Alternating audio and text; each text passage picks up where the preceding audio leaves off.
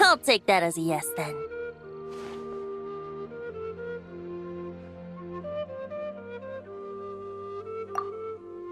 Ah, finally, you're here! Do you have a message for me from someone by any chance? There's not a single prophecy about you in that dictionary. That's what you were about to say, right? Oh? One moment then.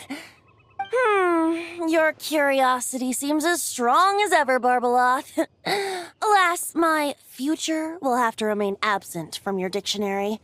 The wind may be happy to let dandelions trace its form and have poets sing it into verse, but to be contained is hardly its nature. So, dear Barbeloth, please do set your pen down.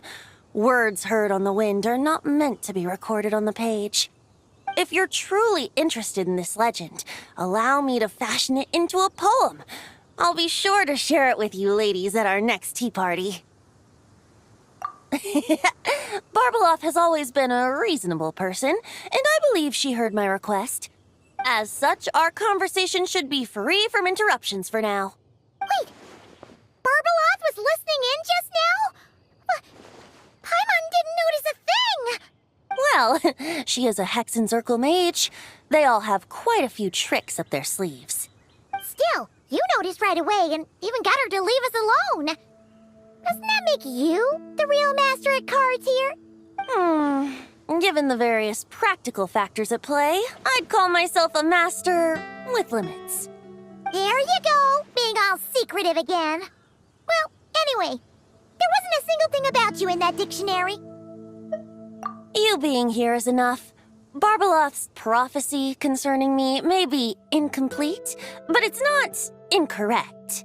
There's something I need to do, and I could indeed use your help. Trusty as always. In that case, could you play a song with me later? Yep, that's all. But don't worry, this isn't a performance to decide the fate of some consequential event. It's just a duet between friends. The last time I played this song, the howling gale was my sole audience, and the notes scattered in all directions, leaving only fragments of the melody behind.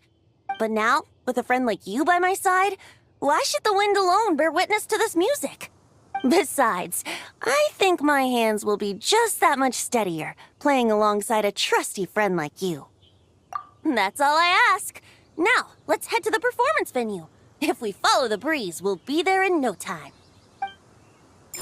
All right, let's get going. Just relax and let the wind lead the way.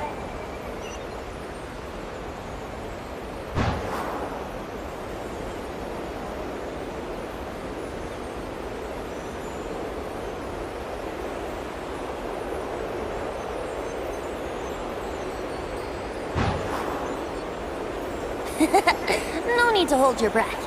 In and out. Easy does it. I let the birds know we would be coming, so we won't run into them.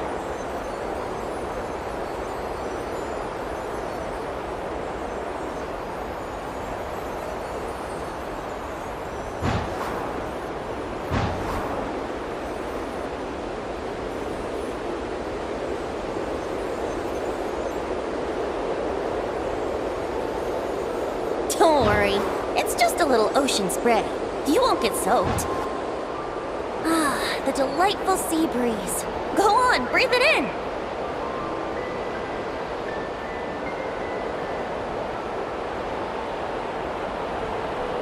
We're almost there.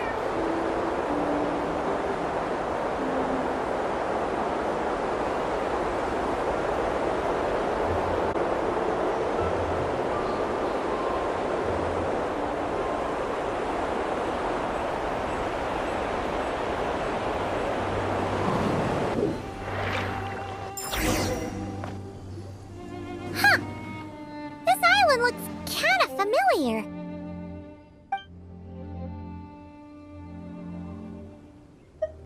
Not always.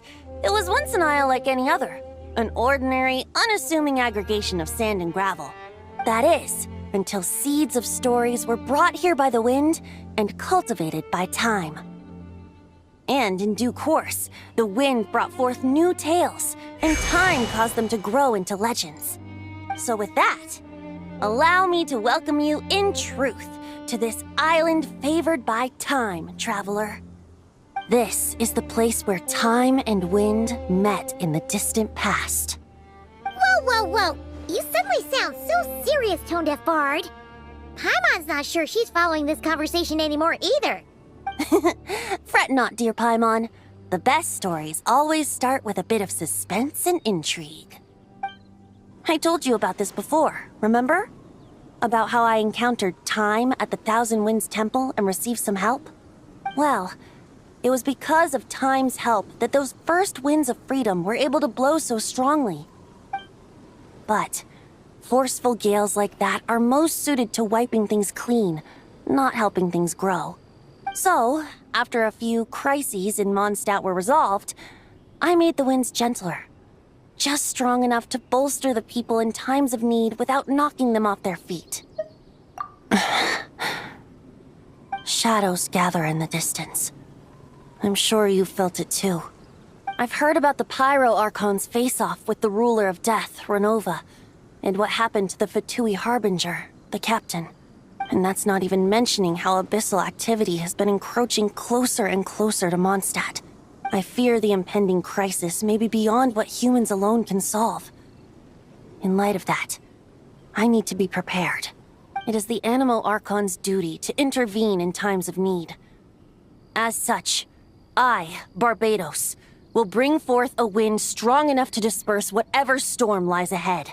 But if I whip up a gale of such strength in Mondstadt City, it would just turn the place upside down. Clothes, hats, the flowers that rest on people's balconies. That's why I chose to do it here. A place where I once offered an ode to time. Who knows? Perhaps time chose this island special favor precisely on account of my lovely, lovely music. Wait, so is this place really that special? It sure doesn't look like it. There's a tide that ebbs and flows, and a bunch of birds that come and go. It just seems normal. Time's impact on things isn't limited to what the eye can see. Think of it like a ripe sunsetia. If the outer peel remains intact, it's nearly impossible for the average person to tell whether the fruit inside is ripe. But even the tiniest hole in said peel will cause the fruit to rot, starting from that spot. Nestled in the hands of time, not one blemish marks this island's peel. Thus, time's influence on its very essence remains hidden to all. At the most fundamental level, of course, all things that lack time's favor will be erased at some point. But with the power that remains here, I can leverage time to draw a boundary around the wind. That way, the outside world won't notice a thing, no matter how powerful of a gale I whip up here. Of course, as the one requesting help, I should offer something in return. That's why I invited you here, traveler. So we could perform an ode to time together. Just let me know when you're ready. Oh, and I can lend you an instrument if you need one.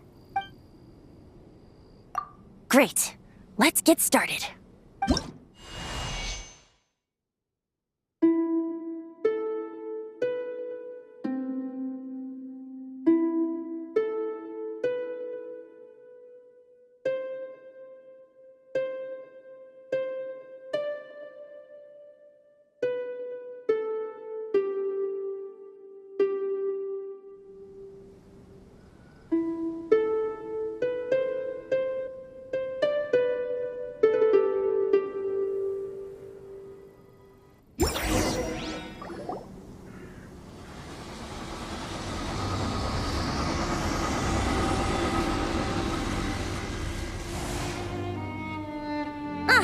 Looks like our music has moved some in our audience to step on stage.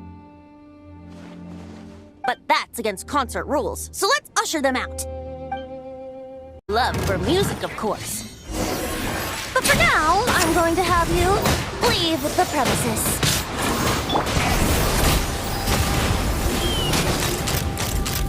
Locked on!